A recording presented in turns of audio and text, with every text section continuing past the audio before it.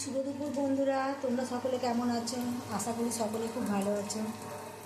আজকে দুপুরে লাঞ্চে বানাচ্ছি মটন কষা। এই যে মটন আদা রসুন পেঁয়াজ কষিয়ে নিচ্ছি, মটনটাকে সিদ্ধ করে নিয়েছি, আর এখানে কিছুটা পেঁয়াজ ভেজে রেখেছি। কষা করব আজকে, কষার মধ্যে লাস্টে এগুলোকে বেরেস্তার মতো করে দিয়ে দেবো। আচ্ছা, আজকে দেখে নেওয়া যাক কী কী রান্না হয়েছে। ফরচুনের বাসমতি রাইসের চাল দিয়ে ভাত হয়েছে, শিম ভাজা, উচ্ছে আলু বেগুন ভাতে, আর ওই চাল দিয়েই ছেলে মেয়ের জন্য একটু রাইস করে দিয়েছি।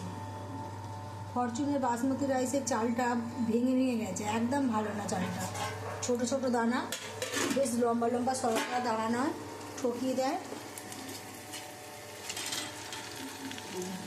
মাংস কষা হয়ে গেলে কেমন হচ্ছে দেখো মাংসটা, একটু পুরো কষা করবো।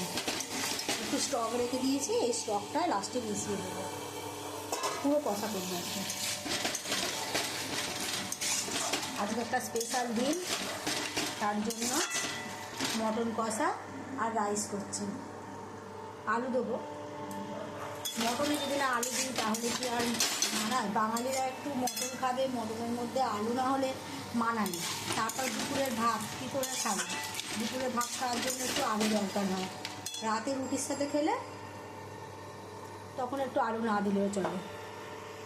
ঠিক আছে বন্ধুরা, রাখছি আজকের ভিডিওটা এই পর্যন্ত।